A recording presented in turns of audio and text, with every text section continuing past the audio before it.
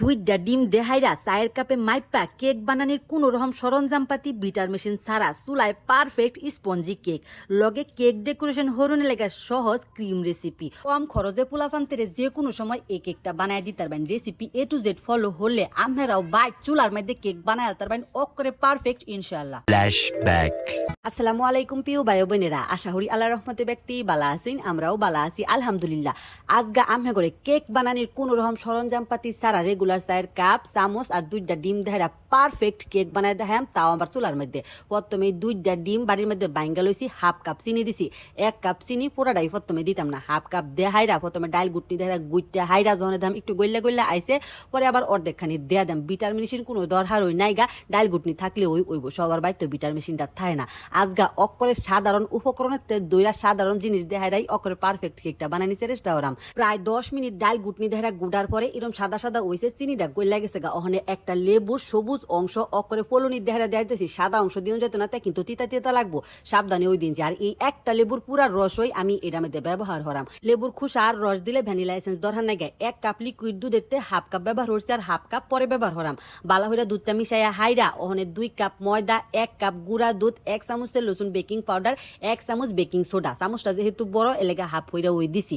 ওখানে ব্যাগটা উপকরণ অকরে বালা হইরা চাইলা লইম, চাইলা হাইরা এটার মধ্যে হাফ কাপ বাহি যে আসিন দুধটা সেটা ডাইলা দিছি।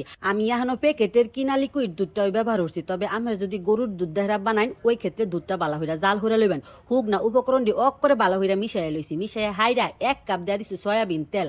আমরা যেই তেল দেহরা রান্দা বাড়া হরি সেই ডই। ওখানে ব্যাগটা এক লগে মিশাইয়া হারলে ওই দেখবেন যে স্মুথ একটা ডো হইছে। আমি যেই পরিমাপে দিছি আমরা যদি এই পরিমাপে দিন অবশ্যই কেক পারফেক্ট হইব।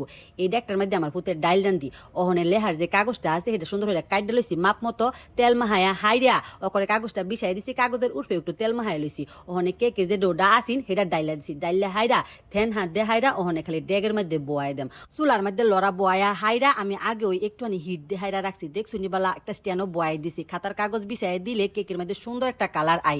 ওখানে জাস্ট ডাইকা থুয়ে দেম। প্রথমে মনে হচ্ছিলাম আধা ঘন্টা লাগবো, পরে চেক করে দিচ্ছি আধা ঘন্টাতে ওইছে না, এটা মোটামুটি ওইতে 1 ঘন্টা 20 মিনিট সময় লাগছে। 1 ঘন্টা 20 মিনিট সময়ের মধ্যে এরকম সুন্দর হইরা ওইছে। আর দেখিনি বালা কাঠিটা অকরে পরিষ্কার হই আইছে। মাঝখানে আমি আরো 3 বার চেক দিছিলাম, হেসুম বালা কাঠি পরিষ্কার আইছে না। 1 ঘন্টা 20 মিনিট পরে কাঠিটা অকরে পরিষ্কার আইছে। আর খাতার কাগজটি দেখিনি বালা অকরে নিজ ধারা হুইরা গেছে, কিন্তু উপরে ধারা খাতার কাগজ একটু লাল হইয়া আইছে। এরকম ওইলেই বুঝবেন যে কেক অকরে পারফেক্ট হইও। মাশাআল্লাহ, দেখছুনি বালা কেকের কোন রকম সরঞ্জাম পাতি ছাড়া আজকে আমি করে স্পঞ্জি কেক বানায় দিয়েছি, তাও আবার চুলার মধ্যে। এত সুন্দর কেক আমি আমার লাইফে এই প্রথমবার বানাইছি। তলি দেহারা একটুও ফুটছে না, চুলার মধ্যে যেহেতু বানাইছি এর সাথে বেশি পারফেক্ট আর কিবা হইব। যাও গহনে ক্রিমটা বানায় লাই আমি